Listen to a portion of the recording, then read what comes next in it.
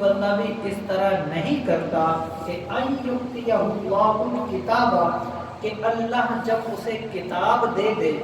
والحکم اور حکم دے، والنبوۃ اور نبوت عطا فرمائے، ثم یقول للناس کونوا عبادا لی من دون اللہ، تو وہ لوگوں سے یوں کہے کہ تم اللہ کو چھوڑ دو اور میری عبادت کرو۔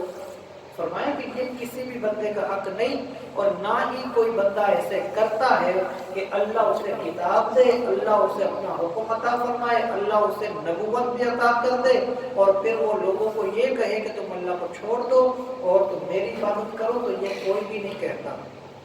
اور فرمایا چاہے تم کہتے ہو کہ حضرت عیسیٰ نے ہمیں حکم دیا تھا تو تم جھوٹے ہو، کیونکہ وہ بھی اللہ کا نبی تھا، اللہ نے اسے کتاب عطا کی تھی، اللہ ہی کے حکم سے وہ آیا تھا، اور اللہ تعالیٰ ہی نے اسے نبوت عطا فرمائی تھی، تو وہ یہ بات نہیں کر سکتا، اس نے ایسا نہیں کہا، تم جھوٹے ہو۔ اور تم حضور علیہ السلام کی جب بات کرتے ہو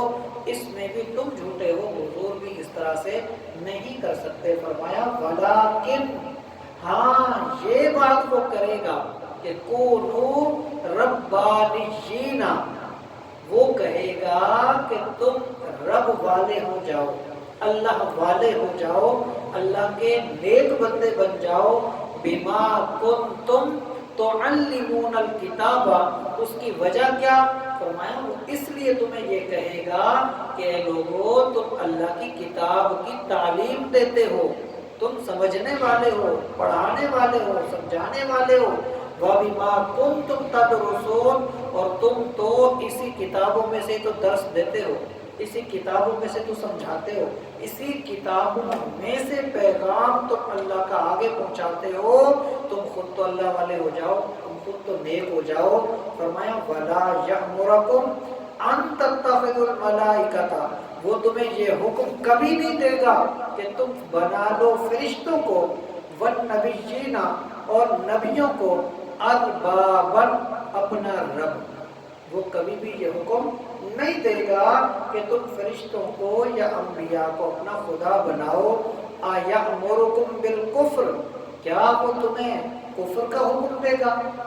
بعد اذ انتم مسلمون، حالانکہ تم مسلمان ہو چکے ہو اس کے بعد بھی، یعنی کہ مسلمان ہونے کے بعد بھی کیا وہ تمہیں کفر کرنے کا حکم دے گا؟ تو اس کا مطلب یہ کہ کوئی بھی نبی یہ تعلیم نہیں دے کے گیا کہ تم مجھے خدا ماننا، نہ حضرت عزیر، اس میں یہودی جھوٹے ہوئے، نہ ہی حضرت عیسیٰ، اس میں عیسائی جھوٹے ہوئے، اور نہ ہی حضور علیہ السلام کا یہ طریقہ تھا۔ تو یہ چیز ثابت ہوئی کہ صحابہ کرام نے جو ادب کیا، جو احترام کیا، یہ محبت رسول تھی، نہ کہ یہ چیز شرک بنی۔ اور یہی چیز ہے کہ صحابہ کرام کی یہ جو محبت ہے، والہانہ انداز ہے، یہی صحابہ کے ایمان کی مضبوطی کا سب سے مضبوط ہتھیار تھا۔ آج بھی یہی چیز ہے، یہ محبت اگر سچی ہو دل میں، انسان ناکام نہیں ہوتا، اور اگر یہ محبت نہ ہو تو اعمال بندے کے کسی کام نہیں آتے۔ اور دوسری چیز جو اس میں سے ہمیں مسائل بہت سارے معلوم ہوتے ہیں، سب سے اہم چیز یہ یاد رکھی جائے کہ یہ جو محبت ہے، جو ادب ہے، جو احترام ہے، چاہے وہ ہاتھ باندھنا ہو، چاہے وہ کھڑے ہو جانا ہو، چاہے وہ کسی کے ہاتھ چومنا ہو، چاہے وہ کسی کے پاؤں چومنا ہو، یہ ادب، یہ احترام شرک نہیں ہوتا۔ اگر کوئی کسی بزرگ کے پاؤں چوم لیتا ہے، اسے شرک نہیں کہیں گے، اسے سجدہ نہیں کہیں گے۔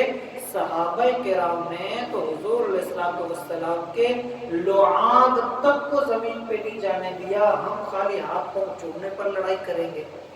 یہ ادب تھا، یہ احترام تھا۔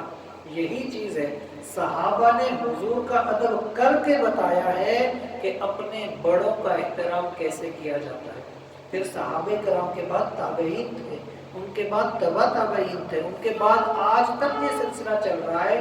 آج بھی اللہ والوں کے ہاتھ چومے جاتے ہیں، اللہ والوں کے قدم چومے جاتے ہیں، اللہ والوں سے منسوب چیزوں کا ادب احترام کیا جاتا ہے، اس